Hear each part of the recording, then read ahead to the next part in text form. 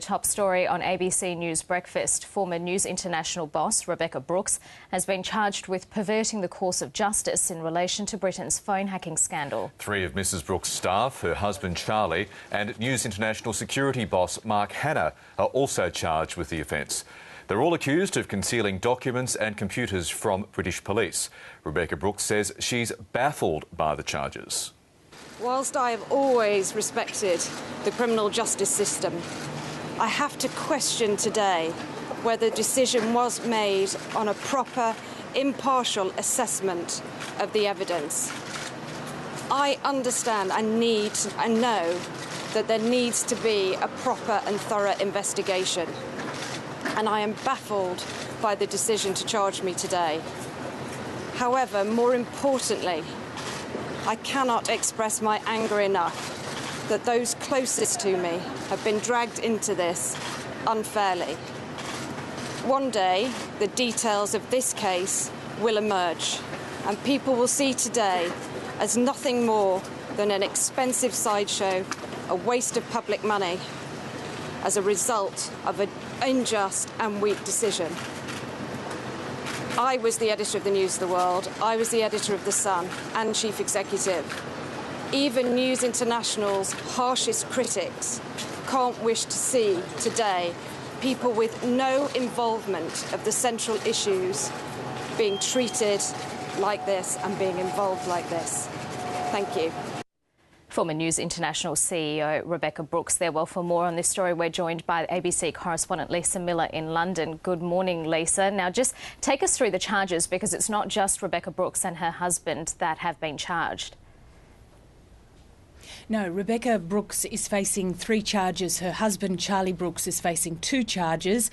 And then there are other charges, some of them just 1, for a former personal assistant, a former driver and 2 security consultants, including the head of security at News International at the time.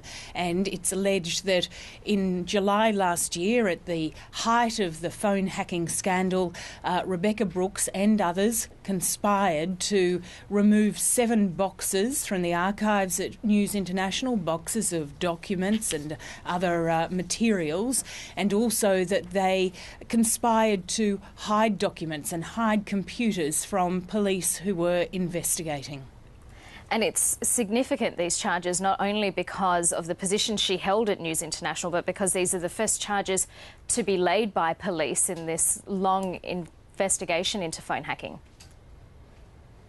Yes, it's unusual, I guess, even though so many people have been arrested, almost 50 to date, and we've got 3 police investigations going on still, that even this, when people were saying what's going to happen, when are charges going to be laid, even when the charges finally came, it still managed to send shockwaves.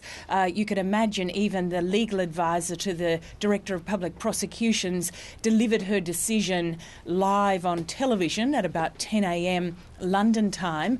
The news person that she is, Rebekah Brooks, managed to scoop that announcement by putting out a written statement before that, saying that they were weak and unjust charges. They then made those very angry comments. They could barely contain their rage. You could tell as they walked out of their lawyers' offices. They made them some 6 or 7 hours after the public prosecutor had announced what their plans were. But you're absolutely right. Still managed to shock, still managed to be an extraordinary day here, because you look at Charlie Brooks, he went to school with the British Prime Minister. These are people who have counted some of the highest people in politics and society in the UK as their friends, and they are now facing, well, the sentence, if you're found guilty, could be a lifetime in prison. Not that that is normally the case. It's normally much less, somewhere between 1 year and 4 years on average for those found guilty. But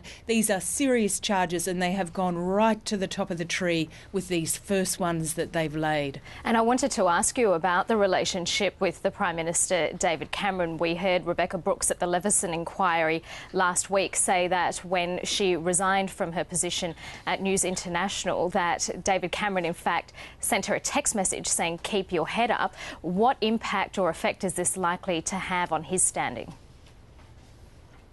Well, no sign of the Prime Minister today, you can imagine, but at the end of that the end of that statement from the Brookses that lasted just 2 or 3 minutes for the two of them speaking to the media, someone in the crowd yelled out, "Have you got a message for David Cameron?" The fact is that their relationship with the Prime Minister will continue to dog him, and this, of course, is still going on and unravelling before the Leveson inquiry, where you've got coming up Tony Blair, the former Prime Minister, as well. So they will be watching warily as a court case starts taking place with Rebekah Brooks, because then before under oath in a courtroom, who knows what kind of information may come out. Lisa Millar in London, thank you. Thanks.